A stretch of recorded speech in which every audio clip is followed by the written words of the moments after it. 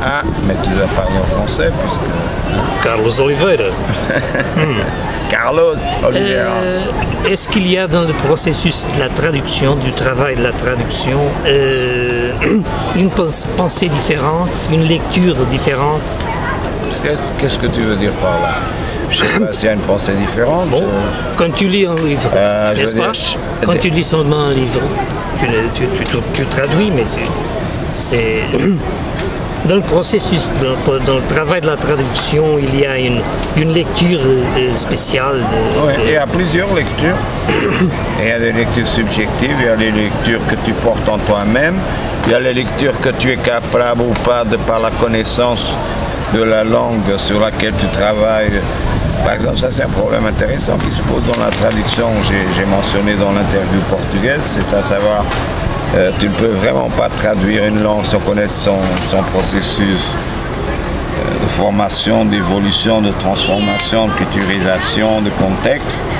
Et donc tu as par exemple un auteur français à un moment donné qui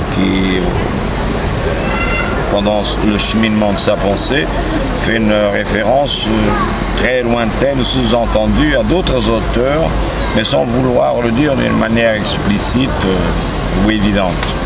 Eh bien, le traducteur ne pourra être en mesure de traduire ce système-là de langage et de pensée que s'il connaît de par l'intérieur ce à quoi directement l'auteur est en train de se référer. Donc, voilà, je veux dire, là, il y a un premier point, un premier trajet, un premier point. Tu rentres, si tu veux rentrer dans la littérature, la traduction, eh bien, il faut que tu rentres dans une langue. Voilà, et c'est la question que je parlais tantôt. C'était le premier point avant-propos. Je rappelle, Émile Bienveniste, une langue est une forme d'organiser et d'expliquer le monde, et une langue est aussi une manière de mettre de l'ordre dans le chaos du monde. On n'est toujours pas sorti de l'aube de la première question. Mais là, pour anticiper, il y a donc un travail aussi de la part du sujet, du transformateur, du traducteur. On est là dans le radical de transformer la translation, passer d'un univers à l'autre. Qu'est-ce que le passage de passer d'un univers à l'autre, le moyen, est-ce que ça ne transforme pas toi-même et ça n'exige pas de toi-même pour pouvoir passer d'un monde à l'autre la capacité d'assumer chacun de ces mondes en toi et donc d'être aussi d'accepter quelque part en toi que tu sois ciselé, travaillé, morcelé par différentes cultures, manières de penser, état d'esprit. Es-tu capable d'être à la hauteur de cette tâche? Veux-tu vraiment le faire? Es-tu capable de le faire? As-tu la disposition pour le faire?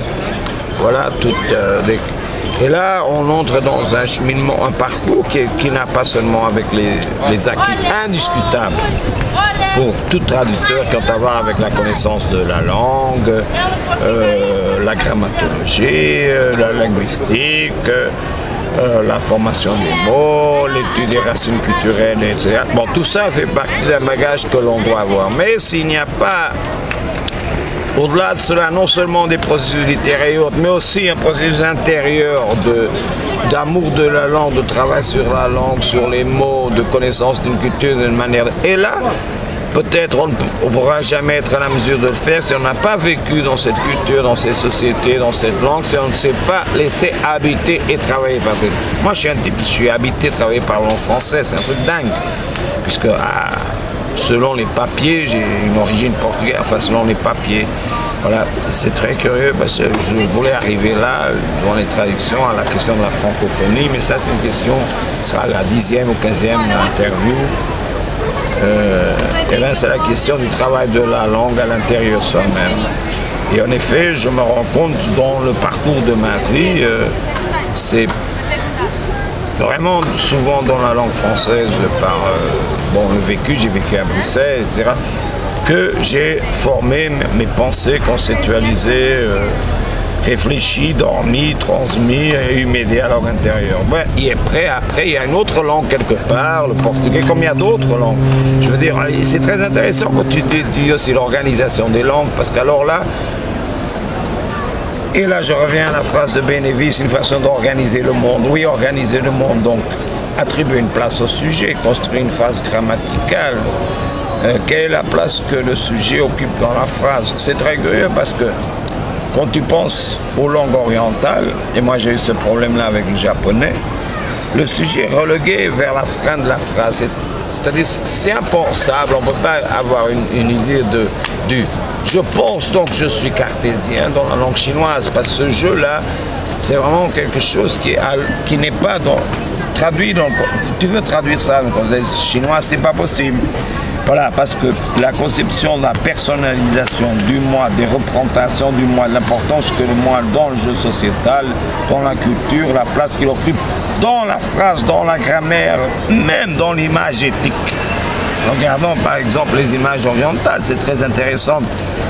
Tu ne vois jamais cette idéalisation, cette perspective du soi-même ou du roi ou du prince représenté en grand personnage qui a une image prépondérante sur tout le reste et en arrière tu as les paysages comme fond, décoration comme les musiques idiotes des films qui accompagnent les moments dramatiques avec des jeux de violon. Bon, non. Là, le sujet, toujours, soit dans l'imagerie japonaise ou chinoise ou quoi, il y a un jeu de force, il y a une compréhension que ce sont les forces du cosmos, l'harmonie des jeux conflictuels, etc. Et l'individu, il fait partie intégrante de ce processus.